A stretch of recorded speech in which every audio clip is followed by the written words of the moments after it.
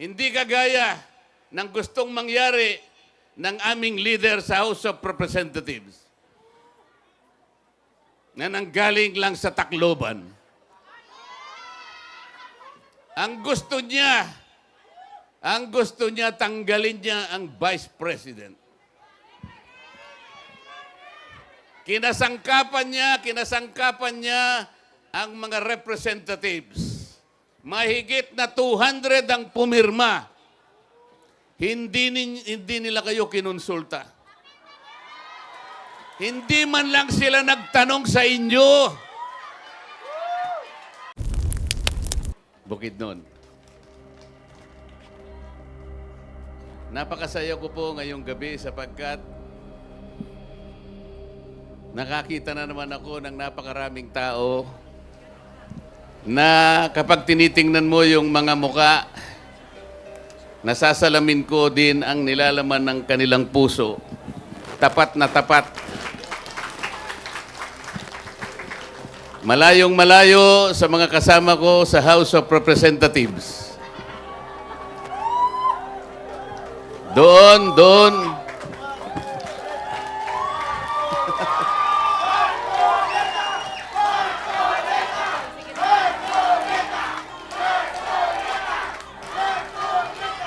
Doon, kunwari, nakangiti sila sa'yo.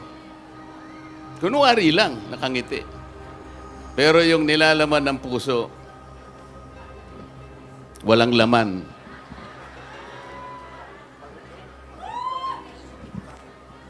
Kasi po, sinasabi ko sa kanila, maraming mali ang ginagawa natin. Dapat ang gawain natin, ibase natin sa ating mga tuntunin. Meron tayong House Rules and Regulations. Kagaya ng ginagawa ninyo sa ating Vice President.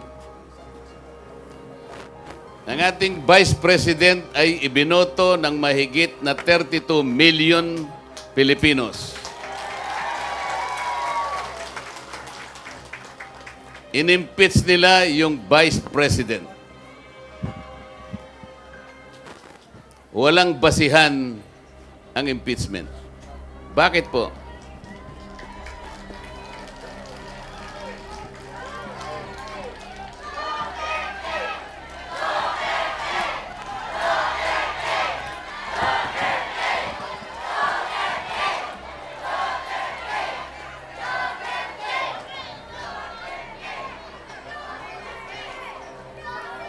Sabi po nila, meron daw problema sa pagkakagasta ng pondo ng opisina ng Vice President tungkol dun sa confidential funds. Yun po ang kanilang sinasabi. Yun po yung aligasyon. Sabi ko sa kanila, o sige, gawin natin. Pero, isama natin yung mahigit na 400 offices na meron ding confidential funds.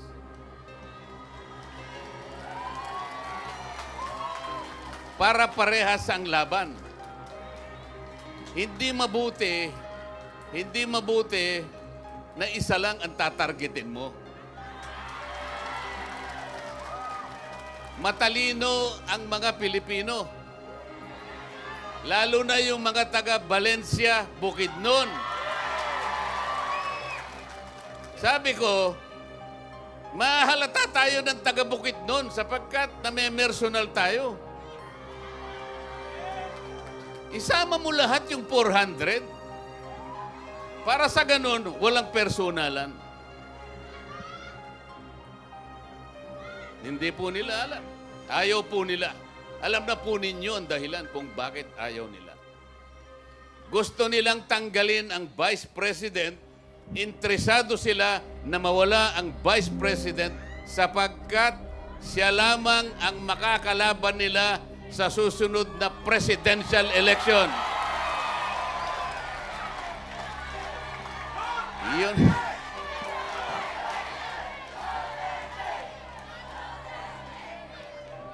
Akala naman nila, maloloko nila yung taga Valencia Bukidnon.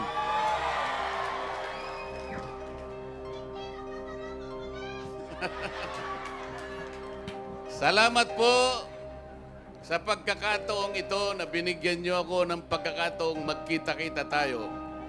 Alam ko po ang karamihan, kung hindi man lahat, ay miyembro ng kaibigan. Brotherhood Christian Association, Inc. Alam ko po ang inyong pinanggagalingan.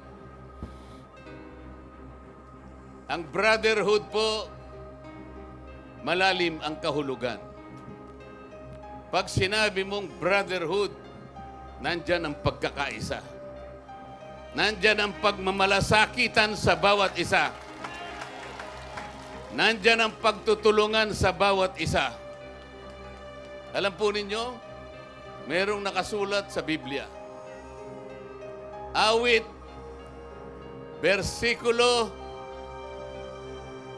133, 133, Kapitulo 1. Anong sinasabi doon? Masdan ninyo, na pagkabuti at pagkaligaya sa magkakapatid na magsitahan sa pagkakaisa. Nakasulat po sa Biblia. Brotherhood, kapatiran, pagkakaisa. Iyan po ang kailangan ng bansa para umunlad ang Pilipinas. Hindi kaguluhan. Kaya gusto kong pumunta dito sa Valencia kahit malayo sa aking pinanggalingan. Sapagkat dito makikita natin ang kahulugan ng pagkakaisa, ng pagmamahalan at pag-iibigan sa bawat isang Pilipino. Hindi kagaya ng gustong mangyari ng aming leader sa House of Representatives na nanggaling lang sa Tacloban. Ang gusto niya tanggalin niya ang Vice President. Kinasangkapan niya ang mga representatives. Mahigit na 200 ang pumirma. Hindi nila kayo kinonsulta. Hindi man lang sila nagtanong sa inyo. They owe it to the people. Kailangan nilang konsultahin kayo sapagkat napaka-importanting issue to. Tatanggalin mo ang Vice President nang hindi mo kukonsultahin ang iyong mga constituents? Hindi pwede yun. Pumirma sila nang hindi kayo kinukonsulta. Alam ninyo kung bakit sila pumirma? Alam na ninyo ang dahilan. Matalino ang taga Valencia Bukidnon.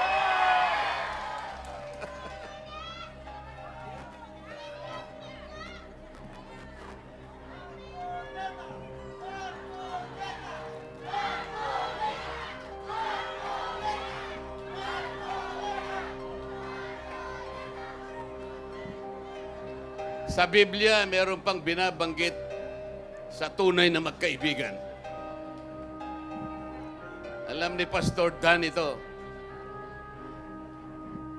Si Jonathan, anak ni Haring Saul, kaibigan ni David na naging hari ng Israel. Itong dalawang ito, si Jonathan at saka si David, BFF. Magkaibigan. Sanggang dikit. Ganon dapat. Ganon dapat tayong Pilipino, nagmamalasakitan. Alam nyo, nung mamatay si Jonathan sa labanan, umiyak si David. Yung anak ni Jonathan, kinupkup niya. Ganon ang pagkakaibigan. Dapat sana pumunta rito yung aking mga kasama sa House of Representatives. para makita nila ang tunay na kahulugan kung ano ang kaibigan at kung ano ang brotherhood.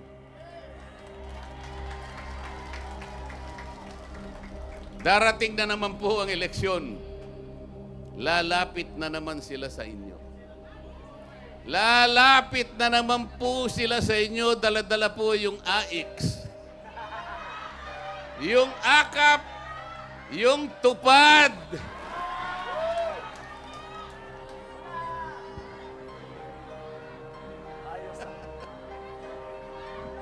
Bakit?